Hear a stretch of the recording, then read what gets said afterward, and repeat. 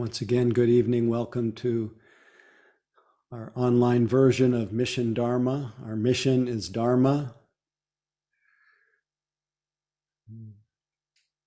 And in person, we are in the Mission District of San Francisco when we are in person.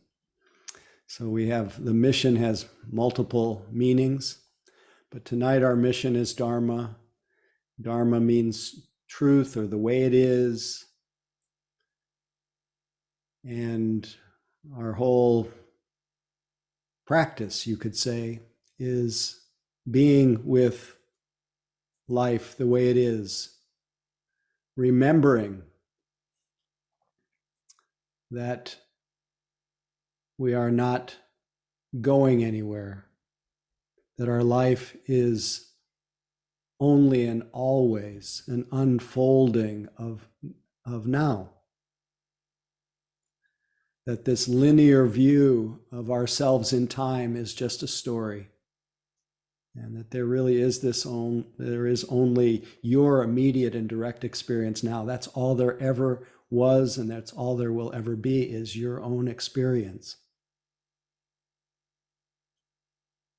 So the way to apprehend that, to capture reality, the way it is, the way you are, we simply use the simple method of mindfulness, and kindness, which allows us in real time to brush, as one teacher puts it, brush the dust of memory, the dust of worry, and really enter into the simple reality of the present moment. Not the idea of the present, but the direct experience.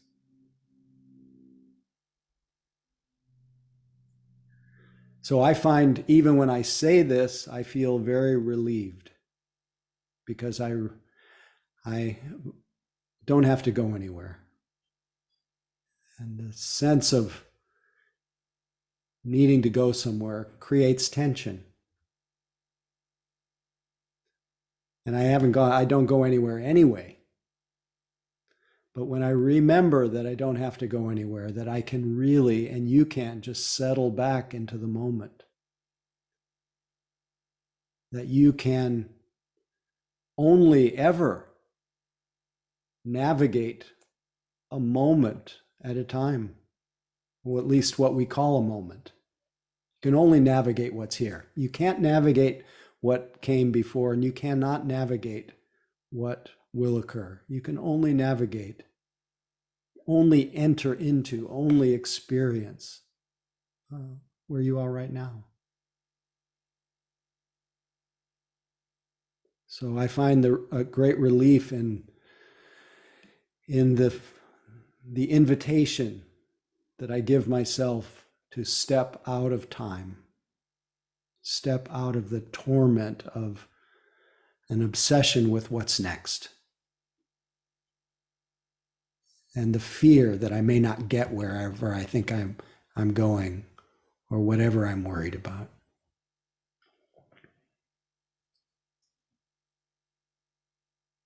So I find the most helpful way to step out of time, to step out of that torment of what the Buddha called bhava, or becoming, that activity of my identity that's always looking for the next experience. The way to step out of that is to find what is always here. And most obvious is our felt experience, our body. So we all, tonight, as we do every evening in our practice, every day in our practice, we try to put our mind in our body and our body in our mind, and we try not to let our mind leave our body. Because if we feel this experience of body, we know we're here. We know we are entering into reality. So again, not the idea of the body, but the immediate and direct experience. And when we close our eyes, you could say that immediate experience lights up. And hopefully you close your eyes very softly. So even the act of closing the eyes, even the experience of the eyes touching, calls you here to feel that tingling, that pressure. And then gently gliding your attention along the contours of your body, settling into an upright yet relaxed posture. Each sensation that lets you know that you are shifting into an easeful posture, calling you here.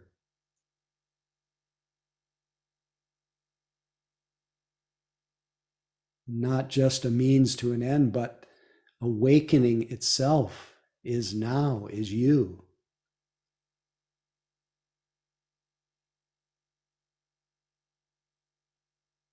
And once you find that your mind is mingling or intimate or close to the body, so they're really experienced almost as one thing,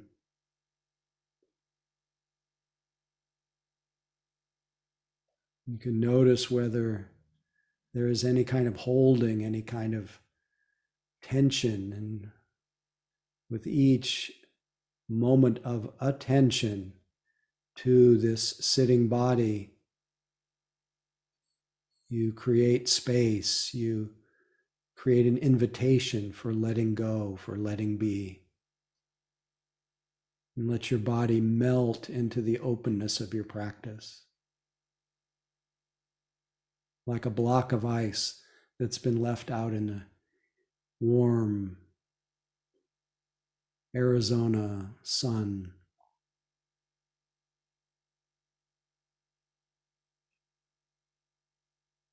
And as we melt, we notice without any effort, we notice and can actually enjoy the body's experience of its own breathing. We enter into that experience, not as a means to an end, even though it does have a byproduct, a calm abiding, a peace. But we enter into it because that's what's happening. That is life, right where it touches us. The body is breathing.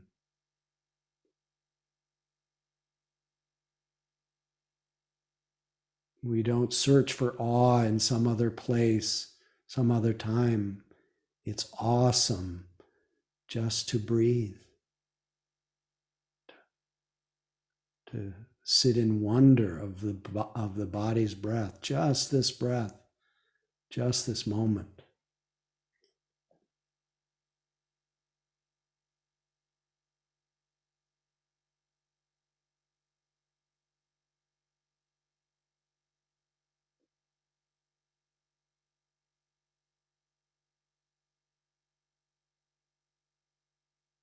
We feel and enjoy the body's experience of breathing, sticking to it, spreading out all around it, not missing any part of the in-breath and the out-breath, breath by breath. We more deeply enter into reality, knowing that all that needs to be done is to be aware. We're not trying to get anywhere, not trying to fix anything, not trying to figure anything out. We're not trying to evaluate, just being aware, lucidly aware, which could not be more natural. Be aware, receiving the experience of body and breath. Remain aware even when other experiences become stronger, sounds, other sensations, moods, thoughts. Everything welcome as reality.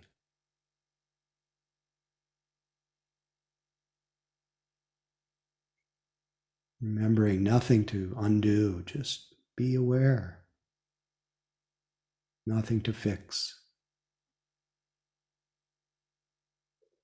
As Kala Rinpoche says, you are the Buddha, awake.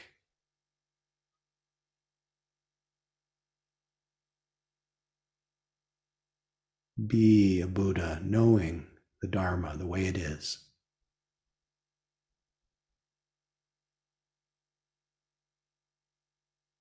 And when you get lost in your story of going, of fixing, of worrying, of remembering, well, that view of yourself that you're not the Buddha, the moment you wake up to that internal drama, that narrative, notice thinking, mind, thinking. Even that is an expression of awakening when noticed with awareness.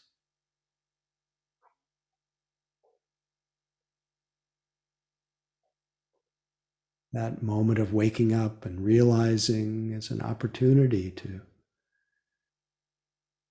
remember again that there's only this experience, this moment, this breath, whatever's predominant.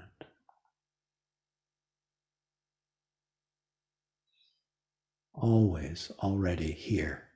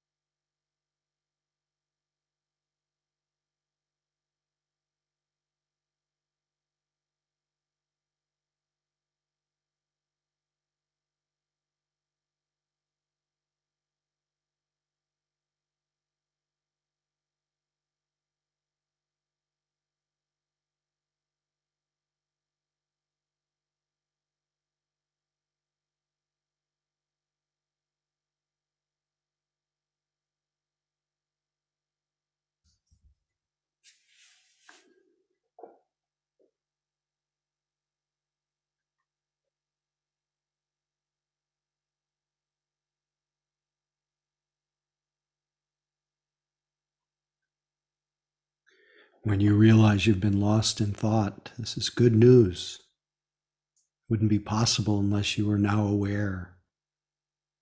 And if you're aware, you have reached the mountaintop where you can see.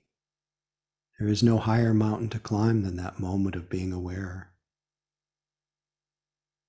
So let go of any evaluation, any past, any evaluation. Just be aware. And notice how effortlessly the body comes back and the breath, sounds, moods, everything is here.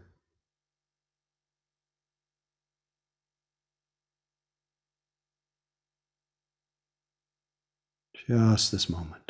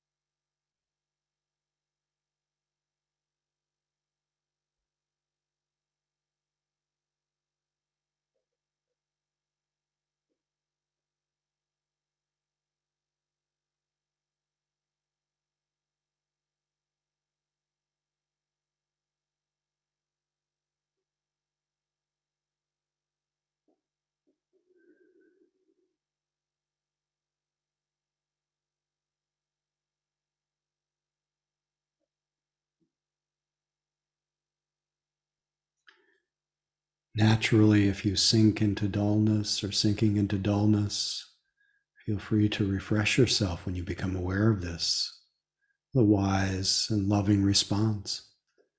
Of course, if you're straining or struggling, again, feel free to refresh yourself, to soften, to bring ease. Whatever allows you to be simply aware without anything extra. Starting with awareness of dullness, awareness of strain, and then notice how we naturally correct, just so that we can be aware, awake, be as we are, stay with reality just as it is, just this moment.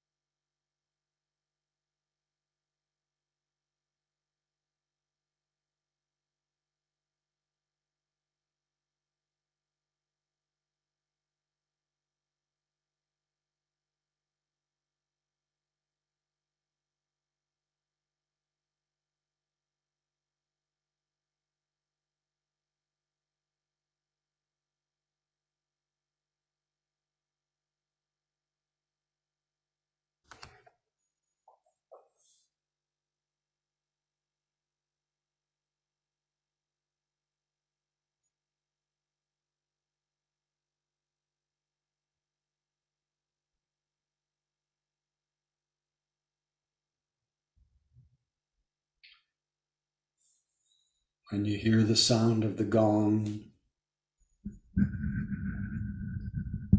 just be aware of hearing.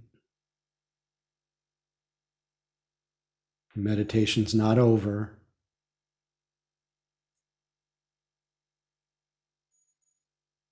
There likely will come an impulse to open your eyes after the sound has faded, noticing that impulse.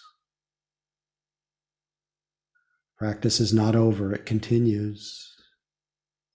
We open our eyes, we notice the arising of outer sight, of seeing.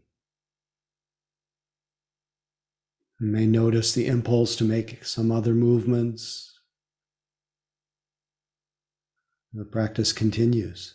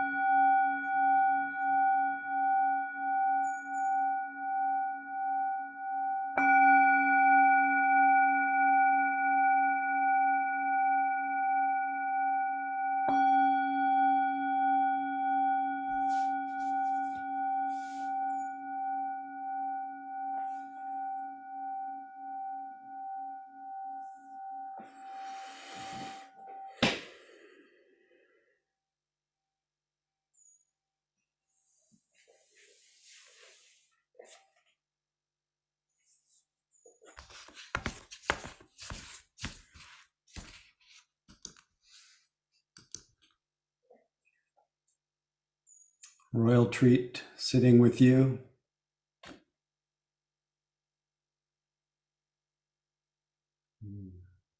Just felt so appreciative of the opportunity to stay where I am. I was very fertile tonight, and hopefully some of the little percolations will show up during a short little Dharmet. But first I want to check in with you. But before we actually have a check-in with questions, comments, etc., I'd love to have everyone hear each other's voice, see each other's faces, say hello,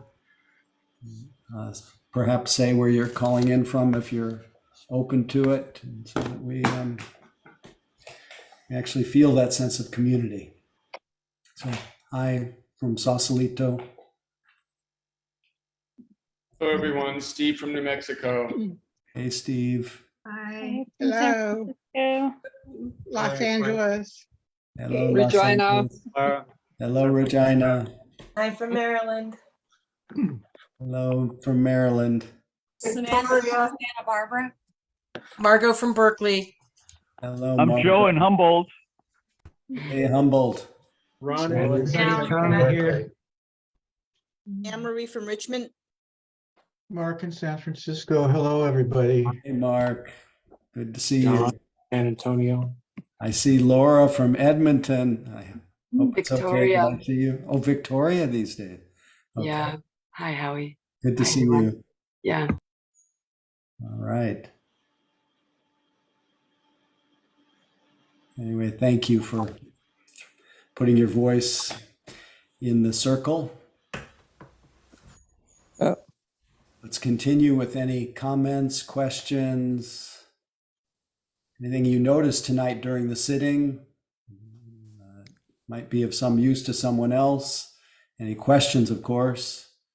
Anything you might want me to comment on in my role tonight? You mentioned, Is this Roseanne? Wait, who? yes. Hi, Roseanne. Hi. I'm in San Francisco, by the way. Great. You mentioned that if you start feeling dull, that you can refresh yourself. Yes. And I often, especially on long retreats that I've done, would often feel like I get into a state of dullness and a sleepiness, and Wonder how your recommendations for refreshing yourself. Well, I think I just lost what happened to Roseanne. There you are. Anyway, Right? I'm there still you are, here. Roseanne. Good. Glad you're back. Well, generally we are dull because we have. I've been talking about this a lot lately at Mission Dharma, but we're often dull because we have lots of tranquility but not much energy. So what's needed is whatever it stimulates a little bit, our vital energy. And so something that stimulates our vital energy is maybe standing up, that little extra energy to hold your body up, taking in some light, opening the eyes, practicing with the eyes open, not looking at anything, but just kind of empty, but taking in light. What helps to build and balance energy is the equal balance of sitting and walking. So doing movement, mindful movement, and but maybe more important than anything is to notice the quality of dullness, to explore it, to enter into it. What is this like? What happens to it when it becomes, instead of a subject, instead of something I'm relating from, it's something I'm relating to with mindfulness. Sometimes the effort or just the energy of entering into it and noticing it, sometimes it breaks up. That itself arouses energy. Hmm. But it's something, it's best not to be treated as a problem, but just as the natural alterations in the balance of energy and tranquility. Now, if on the other hand, every single sitting you glaze over, often that's often a secondhand experience of it's an indication that there may be some more primary feeling that you're not experiencing. And that it's a way of defending, of not experiencing, of not entering into your immediate and direct experience. So you can always do a very brief question, like just an open inquiry, not something to think about, but just to say, what would I feel if I wasn't sleepy? Mm. But that's really the last resort. Mostly you just want to work with trying to build a little energy. Last week we talked about three kinds of shamatha, three kinds of calm abiding. And sometimes calm abiding, it's called stupid shamatha, but it's a calmness, but not much attention. It's actually healing, but you won't learn much. But then there's the shamatha, or the calm abiding or tranquility with support, where you just keep collecting your attention. You keep noticing that experience and noticing the breath, noticing other experiences, whatever's there. That often will help bring energy. And then there's what's called shamatha without support, which is just an open, widening your lens, just being aware without doing so much. Did that speak to your question or no? Yes.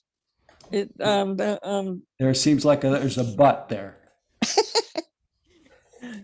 Yeah, I guess there is a but there. I mean, I've heard standing up and opening your eyes and things like that before in addressing dullness. Things you said were a little bit new. So it's just something I need to be aware of in myself, that's one of the places I go to, I need just work on. Yeah. Yeah. Again, when you go to dullness, it may be a healing state, it may be a soothing state, it may be tranquil, but you just won't learn much. So the the obvious encouragement is that you brighten that you really enter into your immediate experience and get to know what the quality, what being aware is, because that really is the ultimate fact, is that you're aware. And so if you miss that, you're missing the whole point of the practice in the long run. On the other hand, the way we wake up is through dullness, through restlessness, through all kinds of difficulties that may present themselves. So be patient. Don't turn it into the big issue. Just it's dullness. Yeah, I guess in retreats, or I would wonder, after a period of dullness, I would wonder, what am I doing here? It makes me, That's called it, doubt. That's it, called doubt. it That's creates you're doubt. just Yeah. on the road to what we call a multiple hindrance attack. So you want something to happen, you want to be awake, and then you don't like the way it is, you get exhausted, you get restless and agitated about it, and then you start to have doubt. And so it's a whole complex. Mhm. So that's actually part of the practice, to notice, oh, this is doubt. And just keep being available to the next presently arising thing, because as I said when we started this evening, there is only this experience that you're having. And so you might as well experience reality, however it is, and take some interest in it, because there's no higher mountain to climb than knowing what you're experiencing right now, including while you're sitting with me and talking. And Yeah. I mean, it's not just something on retreat. I noticed it tonight when I was sitting here. well, that'll, So, if you really enter into the fact that you and I are talking, you're going to perk up a little bit. yeah, it's good to talk about it with you. Really, it was helpful. Thank you. Glad to hear you. And where are you calling in from? San Francisco. San Francisco, right? Yeah. Anyway, great. Thank to you. see Laura, please.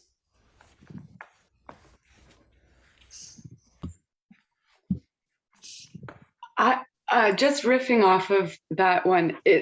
I was wondering if you like if the obsession in the mind is a form of dullness.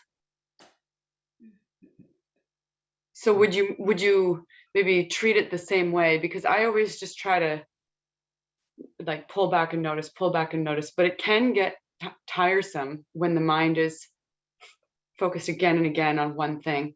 Like my mind during this meditation, for example, was going to this specific thing in the future, creating this movie. And then I thought, maybe that's a form of dullness. Like maybe that needs to be refreshed. Like, Well, I think that the noticing of it is the refreshing. even So though then it would happen again. it would happen again, but that's okay. Each time that you notice it, you're refreshing. Mm. And I will say that in general, the more time we do spend as a conditioned habit to obsess, that inclination, the more it does, it's also exhaust our mind. It's exhausting. It's dulling. You remember? I don't know if you've heard me talk about this line from, who was it? I can't remember, some Lama who said reality. Oh, I think it was Nisargadatta. It's from the Advaita Vedanta tradition. It says reality is what makes the present so vital, so different from past and future, which is mental. So where we find vitality is in our real-time awareness. Mm-hmm. Where we find dullness is the inclination of the mind into thoughts of time. And so especially thoughts of future and thoughts of past tend to exhaust us and kind of dull our vital energy. And it's interesting how just like with Roseanne, if you and I are really attuned to each other, we're really present with each other, there's not going to be a lot of dullness. Or if you're really present while you're turning the faucet or brushing your teeth, there's going to be a lot of vitality that comes with that. And yet we're all habituated very innocently to being anywhere but here. And that's partly what I'm going to talk about tonight. Of course, to be very kind and forgiving of that, not to turn it into Mm. any kind of self-evaluation or scorekeeping, but just notice, oh, this is how this is, and what happens in my mind when this is happening. Well, good luck. Thanks. Anyone else before we shift gears?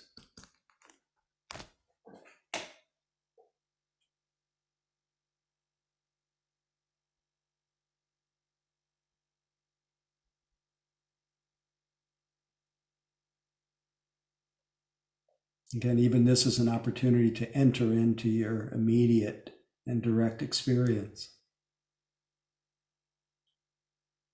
and not wait for something more interesting.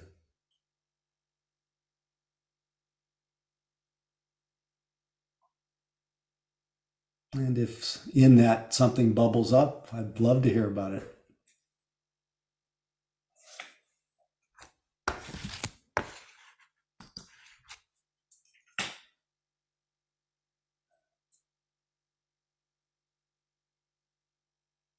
Okay.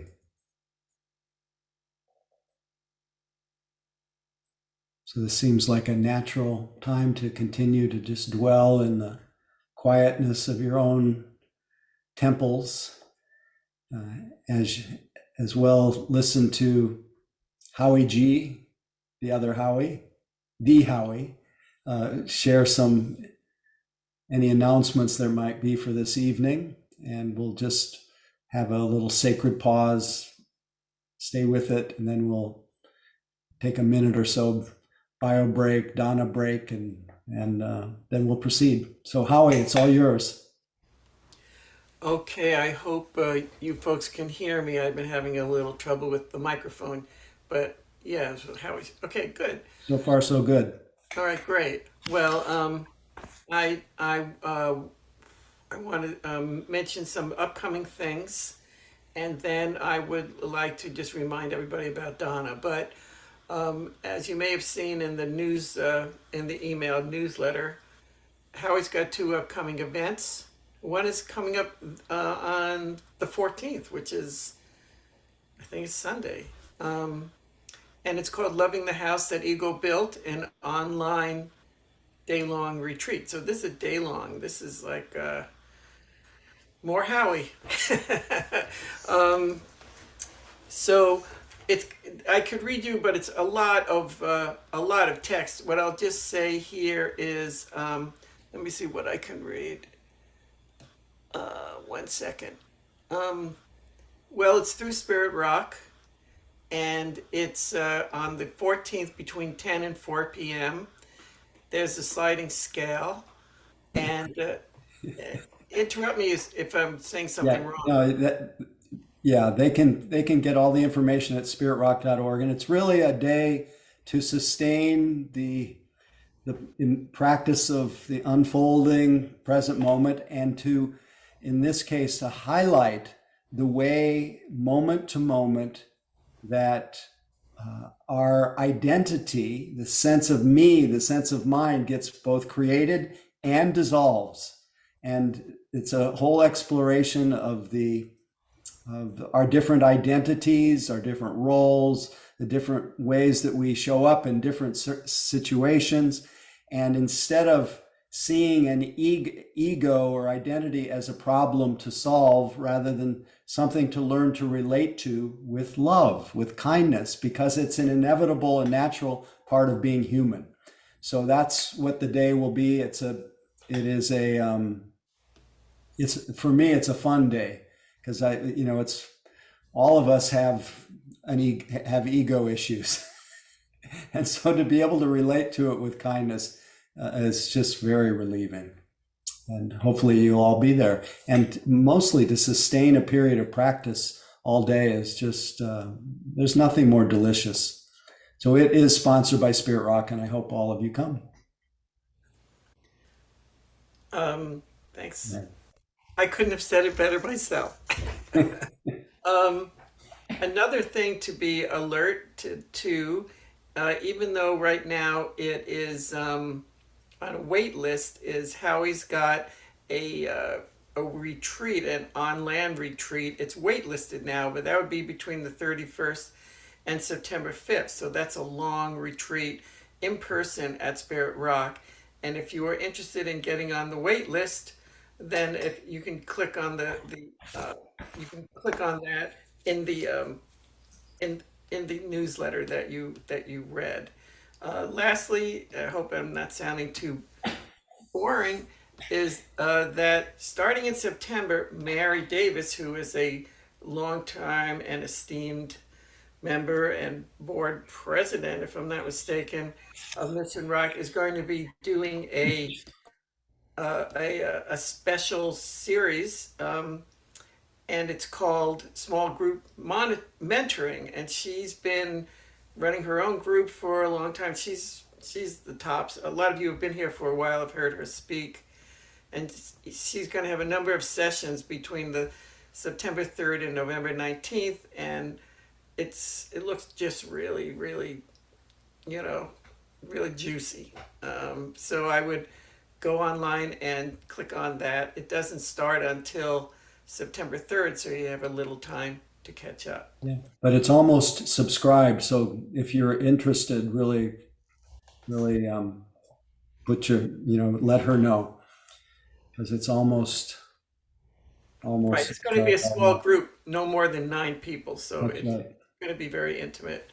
Yeah, And 12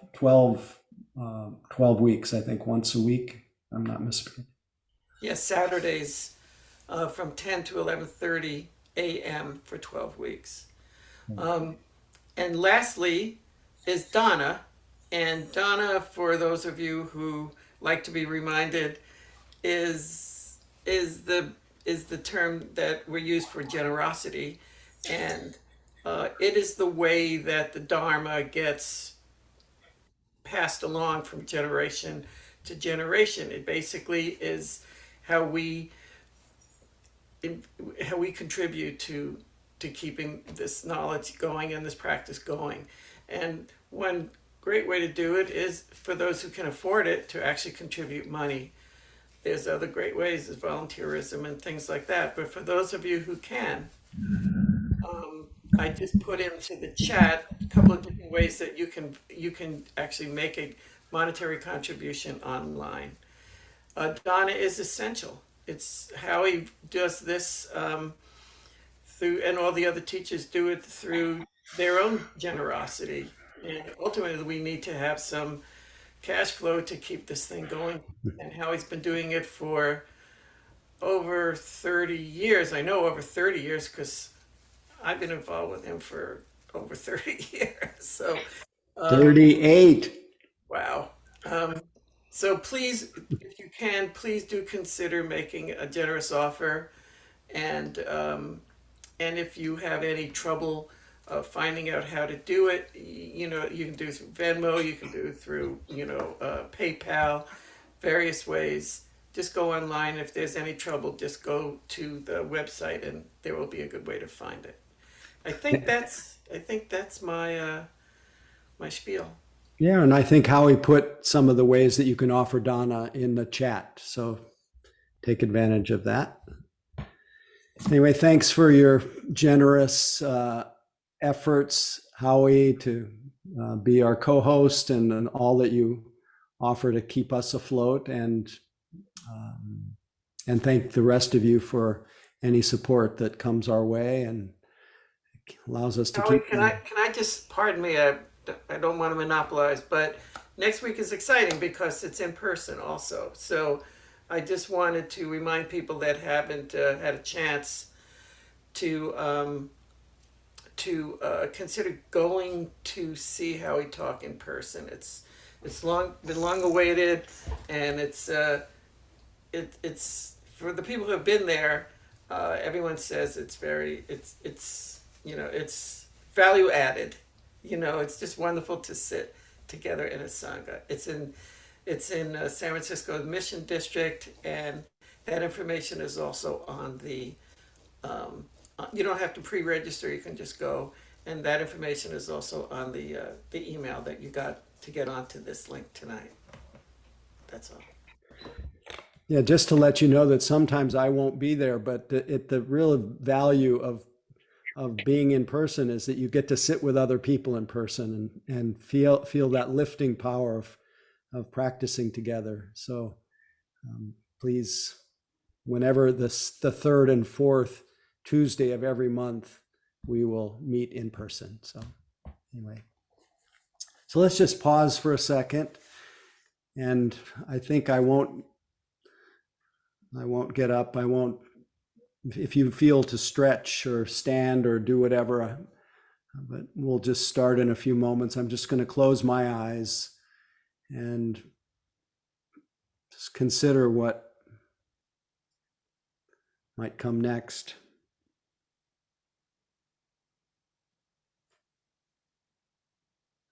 Actually, I will stand for a moment.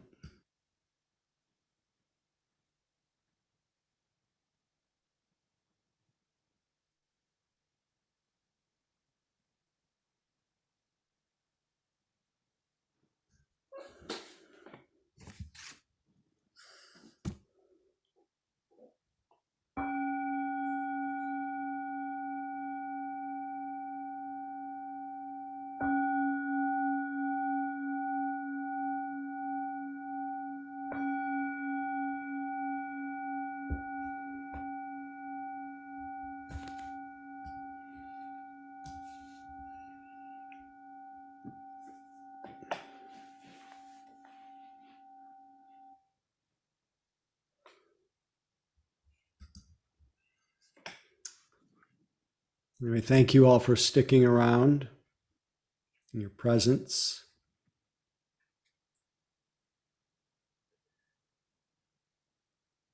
This morning, I received a email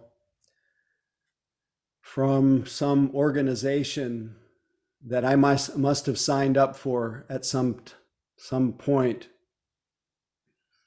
saying that I had been cited in some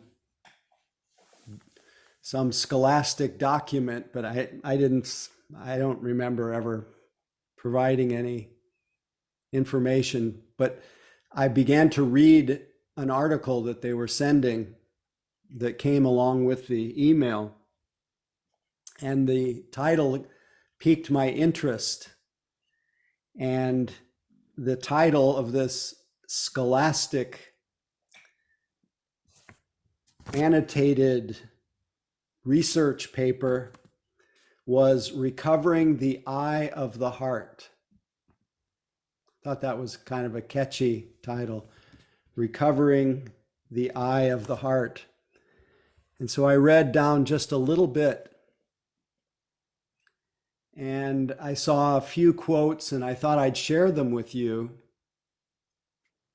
And partly at my impulse to share them with you was to really highlight the universality of awakening, which is really the whole point of our practice. It's not just to become a more functional human being, but that may be one of the byproducts. It's literally to awaken to the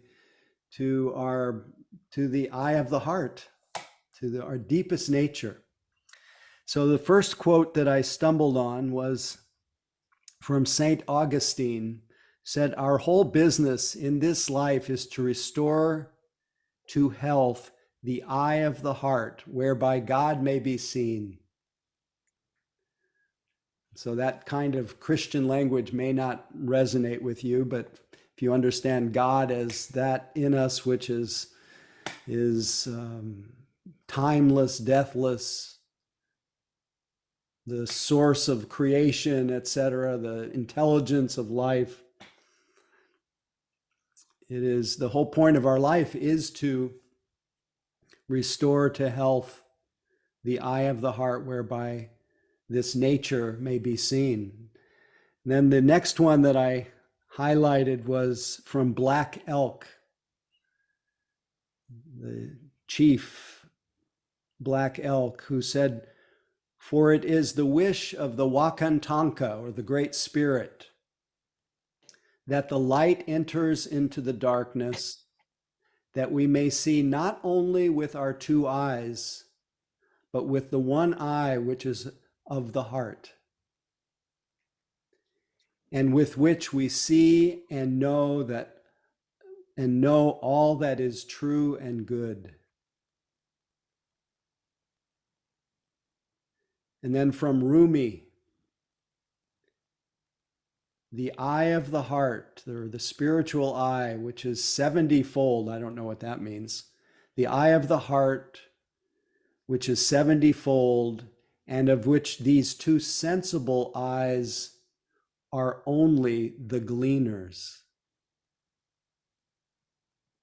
And then one last one, a couple more. God gives one divine eyes, and only then can one behold him.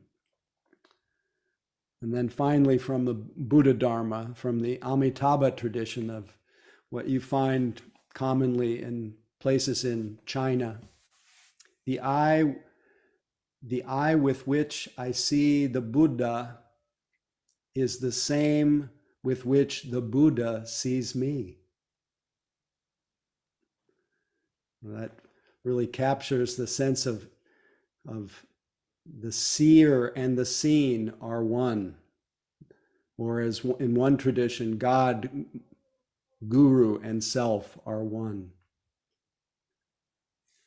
So when I read these different quotes that were all pointing to a deep realization of the unity of life, of the deathless, of the eternal, of God,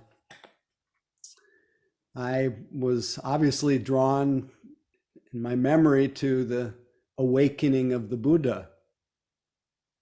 What he realized in the span of his practice, which is he spent 6 years really practicing. So it's not as though he just woke up. So he followed actually what in some traditions is described as the gradual path. But because of the good fortune of his awakening, what unfolded in the future of Buddha Dharma after the awakening of the Buddha was what's called the direct path. That the way the teachings evolved is that there was an understanding is that it's possible in this very moment to recognize that, as Kala Rinpoche puts it, you are the Buddha. And that this whole notion of being a separate individual, existing in time and space, is just a story, it's an idea. And if you can just turn, look, and see that the very nature of your mind is free. Now, the way that this gradually happened to the Buddha, this awakening to the unconditioned, the deathless, the timeless, the naturalness, the natural mind of awareness, the way that occurred gradually for the Buddha is he saw in a gradual way the futility of trying to stop or hold on to what is in our life a river of changing conditions, mind, body, everything changing. And as he saw the futility, but very gradually, of holding on to that river of change, something in him, as I think I spoke of this last week, something in him let go. And when there was a releasing of what's sometimes described as the tight fist of grasping, when the fist was open, there was infinite space, open and inviting and comfortable. And the Buddha, in that awakening to this open space, this creative potential, this source of love, because what flowed from that was loving kindness, compassion, skillfulness.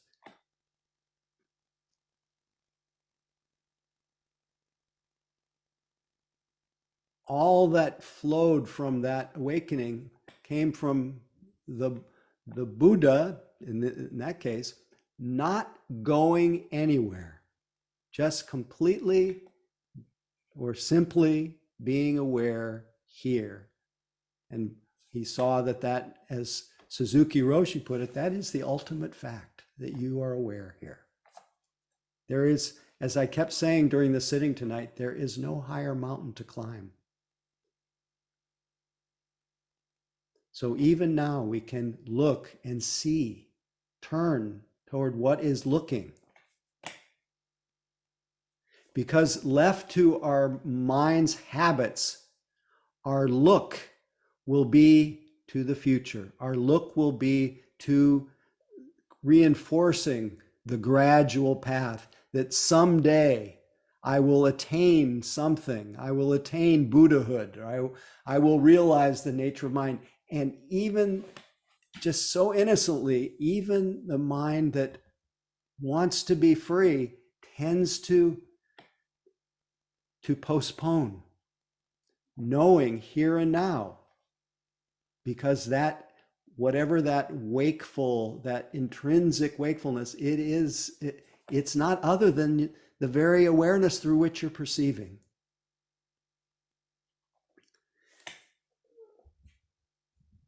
I started reflecting on the idea of the direct path, because I've heard such a thing, and then the gradual. And our insight meditation practice has predominantly been described as the gradual awakening, and it's very satisfying and very reliable for the retaining or keeping to some degree the sense of identity as the practitioner, the one who is developing, the one who will become enlightened in time.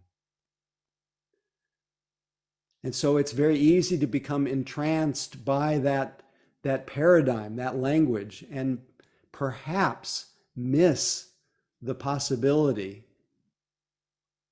that yes, you can develop your practice, but you can also be awake and free now. So I was reading about direct and gradual, and I found a very interesting and beautiful passage from a Zen master named Hazen Hoshin Roshi. Maybe some of you may have sat with this Zen master. He's quoted as saying, "There are many Dharma gates." I guess this is a traditional translation. "There are many Dharma gates, but they are all of two kinds: entry through the nature and entry through conduct." So don't get too caught up in these. I'll elaborate a little bit. It says right here in this phrase, long before the debate arose as to whether enlightenment was sudden or gradual, Dogen Zenji, among others, have presented a direct way which goes back to the teacher Bodhidharma's expression, this was Bodhidharma, entry through the nature and entry through conduct. There is a direct method and a gradual method. There are many Dharma gates, but they are all of two kinds. Practicing the expression of this realization. So in terms of the direct path, hope you can stay with me for a second. As far as the direct path, there is nothing gradual about it. There are no stages. Just try this on for a moment. There are no stages. It is just this. The direct method says, this is Buddha. You are Buddha. The gradual path, on the other hand, says you must become Buddha. And this is how you will do it. But this effort to become Buddha, if we're going to be honest about it, is really just another way of trying to put off being Buddha. Just stalling for time. That's, as I describe it, as postponement. What are you waiting for? How is it that you hear these words? How is it that there is hearing? That there are words? What is it? What is aware of this?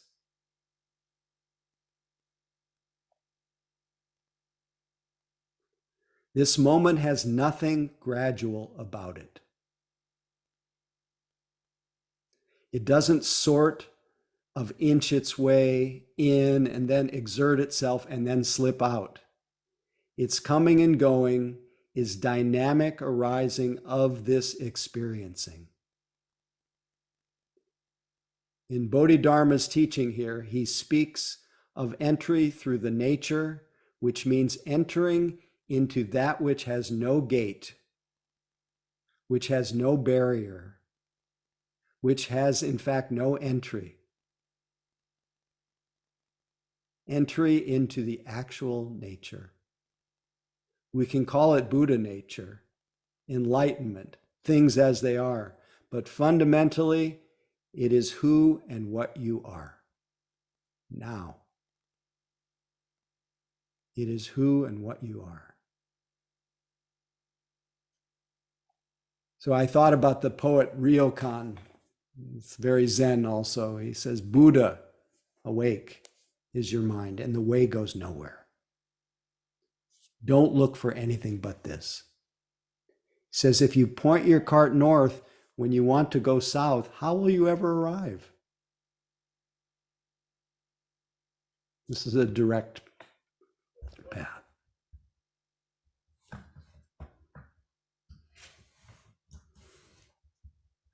Okay, just to get back to the notion of, sorry, I'm having a little computer trouble here. We have a few minutes Can you left. share again what the reading was from? Like, how would I see it again? That is a good question. I can only tell you who the author was. Hanzin, Hanzin, Hoshin, Hoshin, Roshi. And I have no recollection of where I read it. So one last circling around just to balance that teaching. And then Bodhidharma says that there is entry through conduct. Entry through conduct means to cultivate one's enlightenment through practice, to gradually become Buddha.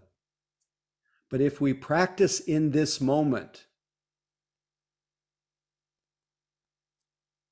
and as this moment, then we continually, with each breath, with each action, conduct ourselves as Buddha.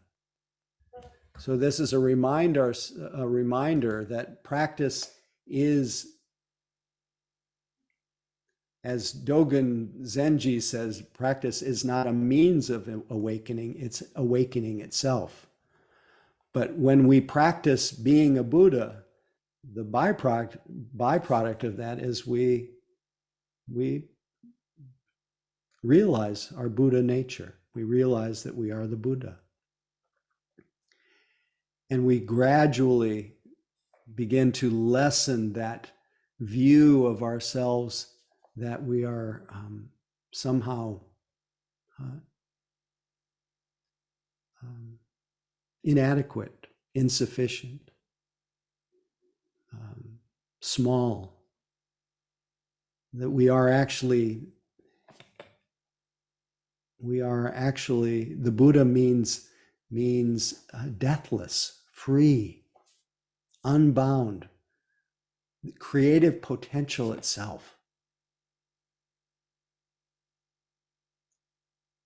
And why don't we see it? Because we're caught in the story of ourselves as not that, as a separate individual. And as Kala Rinpoche says, if we can't see through that immediately, if we can't look and see that you are the Buddha, then it must be dissolved gradually. But once you've tasted that sense of just that ultimate fact of being aware, and that this being aware is always already free, you as you are, not the idea of yourself, but you as you are, then you can keep referring to this. You are the Buddha.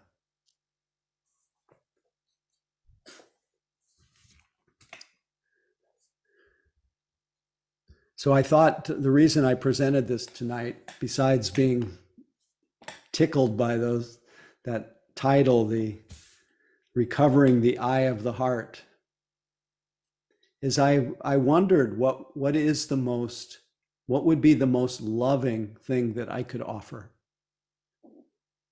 And the most loving thing that I could offer is the wisdom that you are not who you imagine yourself to be, that you are naturally, and you can know for yourself in this moment that you are wakefulness itself. And that wakefulness has no limits.